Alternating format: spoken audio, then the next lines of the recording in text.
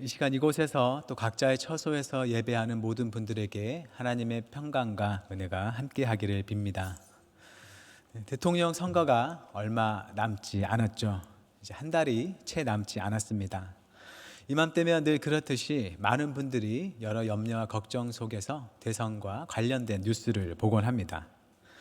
바라기는 나라를 이끌 지도자가 되겠다고 나오는 후보들인 만큼 그들 모두가 누가 봐도 인정할 만한 훌륭한 사람들이어서 어느 누구를 찍어도 걱정 없이 나라를 맡길 수 있는 사람들이면 좋겠습니다. 하지만 이들과 관련된 기사들을 보면 그렇지는 않다는 것이죠. 예수님의 12사도 중에 가룟 유다가 그 사도의 자리에서 빠져서 그 자리를 위해 요셉과 마띠아 이 두 명의 후보 중에서 제비 뽑기를 통해서 자리를 채웠습니다. 그것은 후보였던 그 두 명 중 누가 뽑히든 간에 그 사도의 직분을 잘 감당할 수 있으리라 생각했기 때문이죠.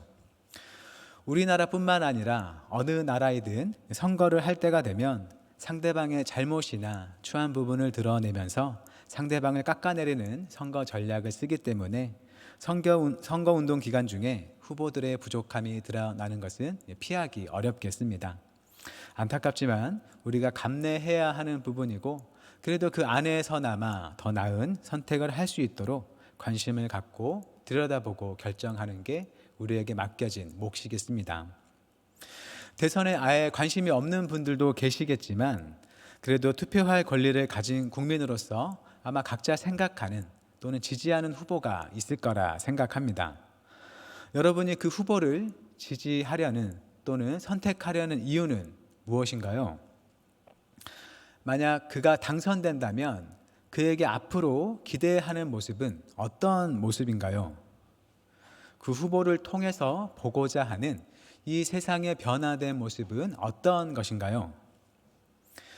대선을 제쳐두고서 여러분은 앞으로의 어떤 세상을 바라고 꿈꾸며 살아가고 있나요?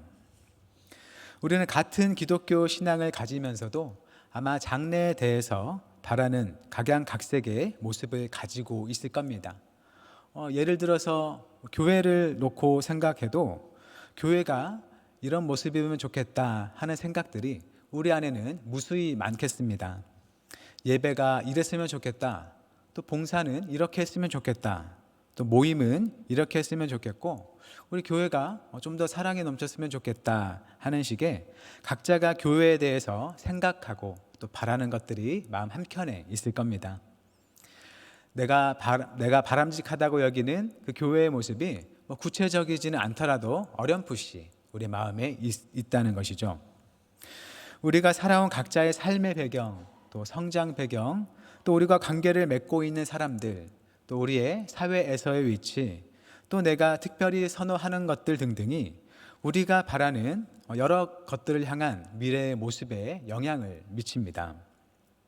그렇게 다른 것들도 중요하지만 우리는 주님을 향한 믿음을 가진 사람들인 만큼 하나님의 말씀과 하나님께서 우리를 위해서 행하신 일들이 우리가 바라고 소망하는 것들의 방향을 안내해 주어야겠습니다.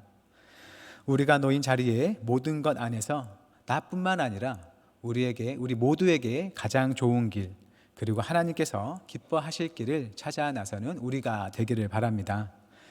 미래를 향해 우리가 가진 바람과 소망을 위해서 우리 주님 예수님이, 또 예수님의 능력과 말씀이 우리에게 참으로 힘이 되고 복된 소식이 되기를 바랍니다. 예수님께서 세례를 받고 사역을 시작하신 후에 여러 곳을 다니면서 하나님의 말씀을 전하고 또 병든 자를 고쳐주시고 또 귀신들도 쫓아내 주셨습니다. 그래서 많은 사람들이 예수님을 따랐습니다. 그렇게 열심히 예수님께서 일을 하시다가 어느 날 산에서 밤새 기도하신 후에 제자들을 부르셨고 또 그들 중에서 12명을 사도로 선택해서 사도로 부르셨습니다. 그리고 이제 모든 제자들과 함께 산에서 내려오시면서 오늘 본문의 이야기가 시작됩니다. 본문 17절 말씀을 우리 함께 읽어보겠습니다. 시작. 예수께서 그들과 함께 내려오사 평지에 서시니 그 제자의 많은 무리와 예수의 말씀도 듣고 병 고침을 받으려고 유대 사방과 예루살렘과 두로와 시돈의 해안으로부터 온 많은 백성도 있더라. 아멘. 산에서 평지로 내려오신 예수님 앞에 세 종류의 사람들이 있었습니다. 먼저는 예수님께서 사도로 선택하신 12명의 제자들이고, 그리고 그 외에 예수님을 따르는 더 많은 제자들이고, 그리고 유대 사방과 또 예루살렘과 가나안 땅 윗지방, 즉 시돈과 드로에서 온 많은 백성들이 거기에 있었습니다. 그런데 예수님을 아직은 알지 못했던 사도들과 제자들은 예수님을 이미 알고 따랐던 사람들인데, 그 외에도 많은 사람들이 예수님을 찾아온 것이죠. 이 사람들이 예수님을 찾아온 이유가 무엇이라고 성경이 말하고 있나요? 예수님의 말씀도 듣고 병 고침도 받기 위해서라고 말하고 있습니다. 즉 예수님에게서 어떤 도움을 얻으려고 찾아왔던 것이죠. 그리고 이들이 무엇을 경험하나요? 18절과 19절입니다. 더러운 귀신에게 고난받는 자들도 고침을 받은지라.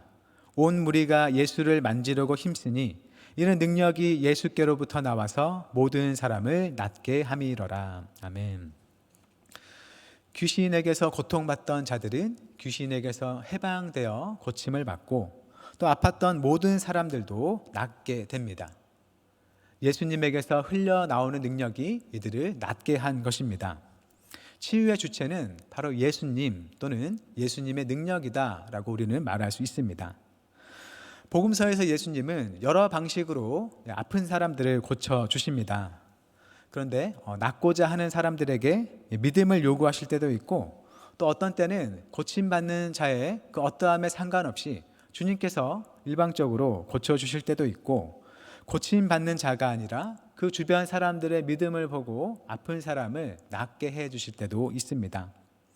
그런데 이 시간 말씀은 예수님의 치유 사역의 모습을 낫는 사람을 중심으로 묘사하고 있는 것이죠. 예수님이 주도적으로 누군가를 고쳐주셨다라는 식으로 말하지 않고, 누군가가 애를 써서 주님의 치유의 능력이 자기에게 닿도록 해서 고침을 받았다는 식으로 얘기한다는 것입니다. 마치 이 모습과 비슷하겠습니다. 우리가 요한복음 5장을 보면 베데스다라는 연못이 나오는데, 그곳은 천사가 가끔 내려와서 물을 움직이게 했을 때 그 물에 가장 먼저 들어가는 자는 그가 가진 병이 낫게 된다는 그런 연못이었습니다. 그래서 사람들은 이 연못물의 움직임을 기다리다가 물이 움직이는 것을 보면 서로가 먼저 들어가기 위해 애를 썼습니다. 병이 낫게 되는 것이 연못물에 깃든 능력에 있으면서도 사람이 연못에 가장 먼저 들어간 일이 그 효과를 보게 하는 것이죠. 이 시간 본문에서도 마치 사람이 예수님께 다가서기만 하면 그가 병이 나은 것으로 말하고 있습니다. 정확히는 예수님에게서 흘러나오는 능력이 모든 사람을 낫게 하는 것을 보고는 모두가 예수님을 만지려고 힘썼다고 말하고 있죠. 그래서 예수님을 만지면 자기 아픔이 나을 것이라고 믿고 애써 예수님께 다가가 예수님을 만진 사람은 모두 다 나음을 입었겠구나 하는 걸 생각해 볼 수 있습니다. 낫게 하는 능력은 예수님의 것이지만 결국 그 능력의 효과를 보게 하는 것은 예수님을 만지려고 애써 나아갔던 사람들에게 달려있던 것으로 본문은 말하고 있습니다. 온 무리가 예수를 만지려고 힘썼다. 주님에게서 나오는 능력이 모든 사람을 낫게 하였다. 본문은 모든 사람이 나았다고 말을 합니다. 만약 예수님이 지금 우리와 함께 하셨다면 아마도 많은 사람들이 예수님께 나아가서 예수님을 만졌을 겁니다. 하지만 예수님이 우리 눈에 보이지 않는다 하더라도 우리는 부활하신 예수님이 지금도 우리 중에 함께 하심을 믿음으로 고백합니다. 그렇다면 어떻게 하시겠습니까? 눈에 보이지는 않지만 우리와 함께 하시는 예수님을 향해서 우리는 어떤 자세를 가져야 할까요? 본문은 사람들이 앓고 있던 병이 어떤 것인지를 말하지는 않습니다. 다만 모든이라는 말로써 예수님께는 고치지 못할 병, 고치지 못할 아픔이 없다는 것을 우리에게 말해주고 있습니다. 산 아래 평지에 많은 사람이 모여 있습니다. 거기에는 이미 예수님을 따르는 제자들과 또 그 중에서 예수님이 선택하신 사도들이 있었습니다. 거기에 더해서 예수님에 대한 소문을 듣고서는 예수님의 말씀도 듣고 병 고침을 받으려는 많은 사람이 찾아왔던 것이죠. 이들은 아직 예수님을 잘 모르고 이제서야 처음 만났을 수 있습니다. 하지만 이들이 예수님에게서 흘러나오는 능력을 힘입고자 애써 나아가 주님을 만졌을 때 모두가 나음을 입었습니다.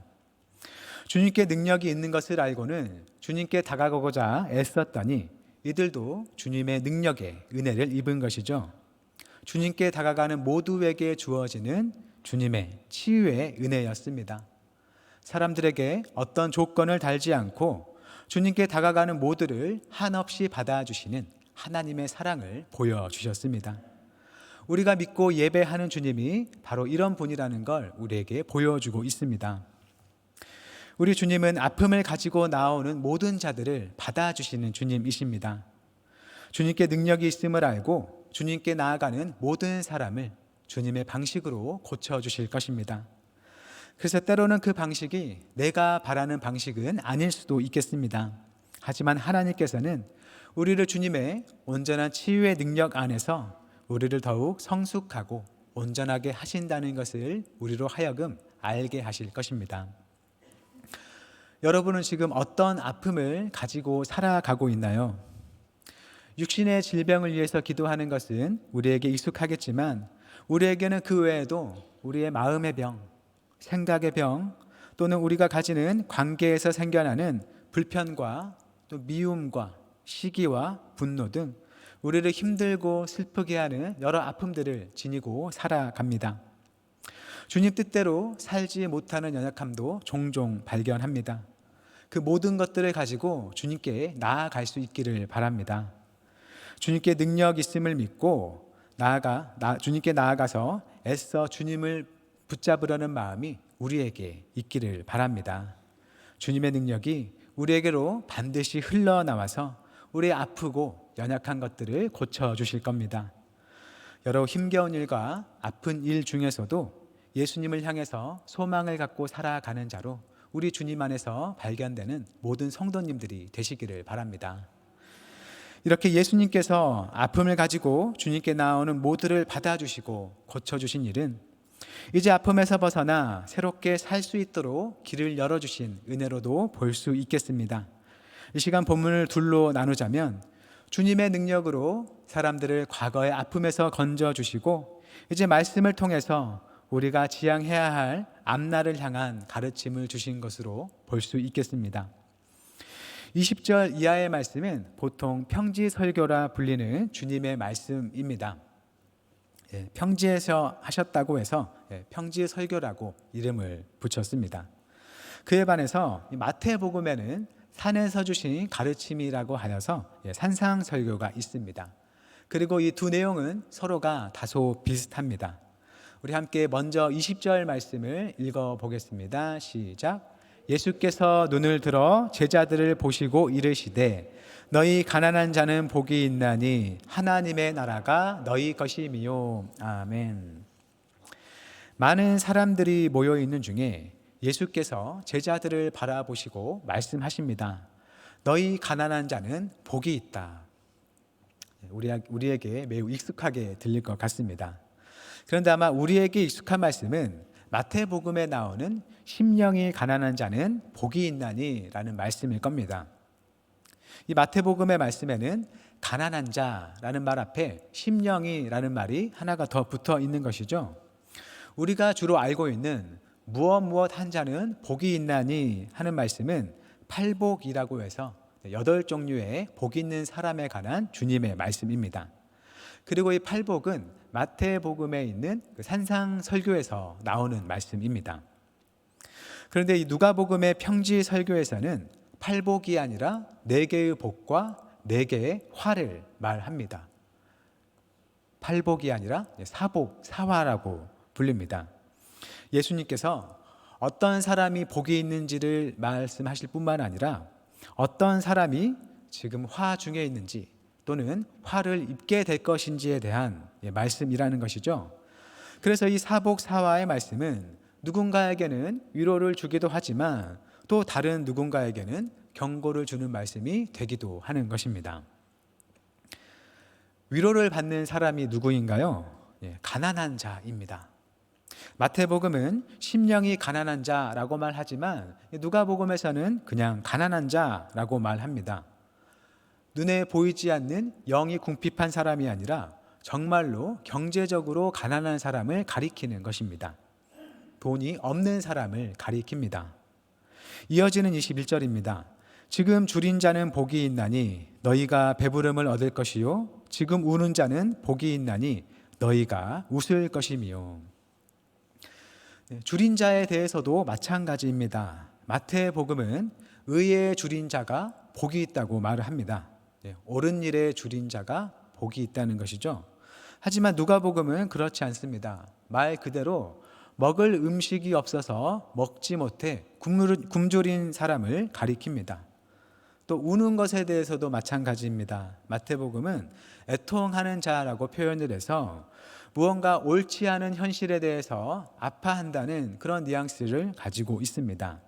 하지만 누가복음은 말 그대로 삶이 힘겹고 슬퍼서 눈물을 흘리는 것을 가리킵니다.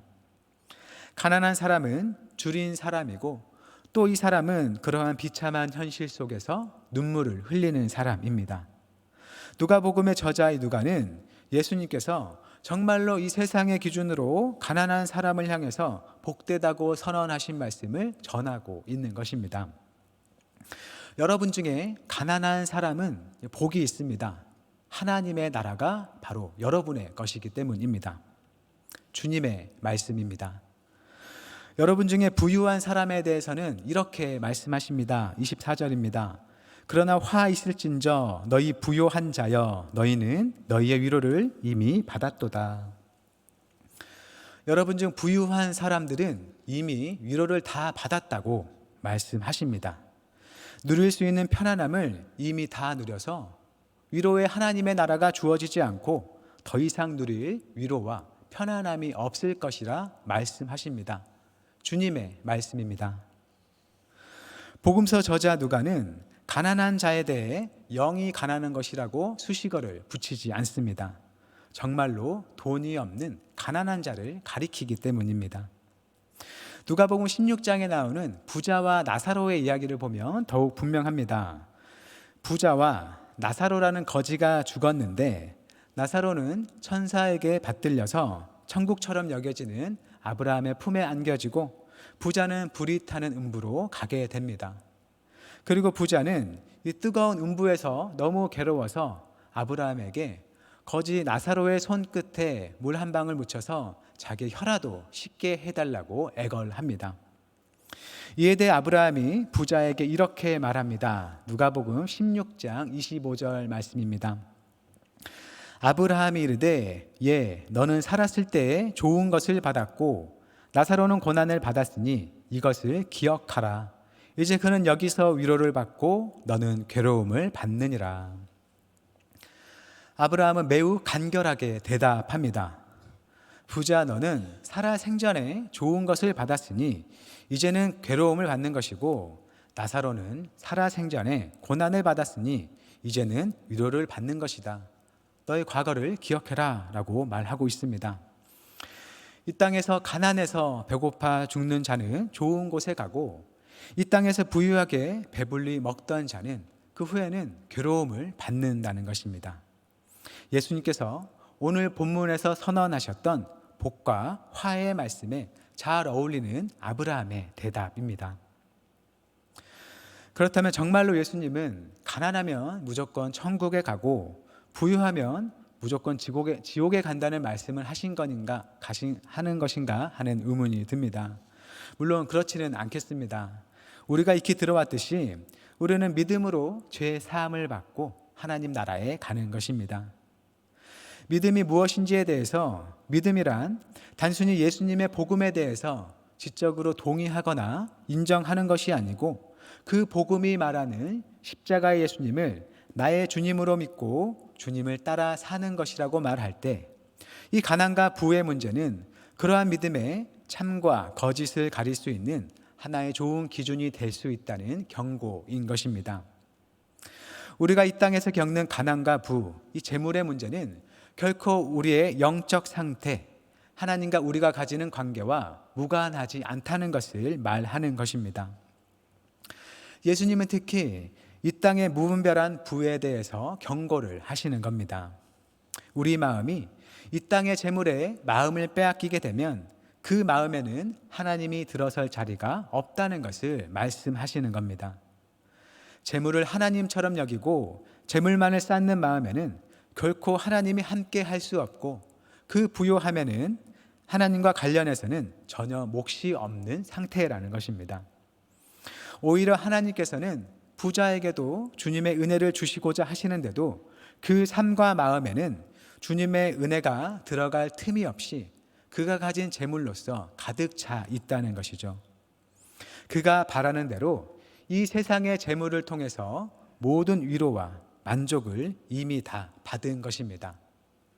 하나님의 나라가 오기를 기다리지 않아도 이미 만족을 누리고 있기 때문에 하나님께서 주시고자 하는 참된 위로는 거절하는 것입니다. 그러니 훗날 그에게 다가올 세상은 하나님의 나라가 아니라 하나님 없는 무자비한 심판일 뿐입니다. 게다가 하나님조차 들어서지 못한 그 마음에는 그의 가여운 이웃은 더더욱 들어올 수 없는 것입니다. 부자와 나사로 이야기에서 이 부자는 단지 부유하기만 한 자가 아니라 자기만 잘 먹고 잘 살면서 자기 가까이에 있는 거지 나사로는 전혀 돌보지 않는 그런 부자였습니다. 누가복음 16장 19절부터 22절 말씀입니다.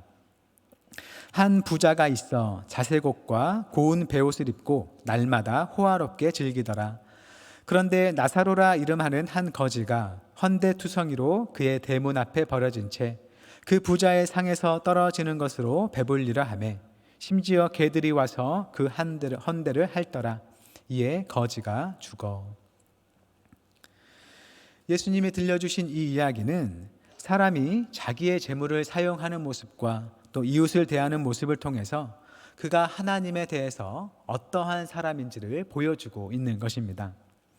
자기만을 배불리고 이웃을 돌보지 않는 자는 스스로는 믿음이 있다고 말한다 할지라도 실상은 하나님과 관계없는 자로 드러날 것을 보여주는 것입니다. 주님은 지극히 작은 형제의 모습으로 우리에게 나타나시기 때문입니다.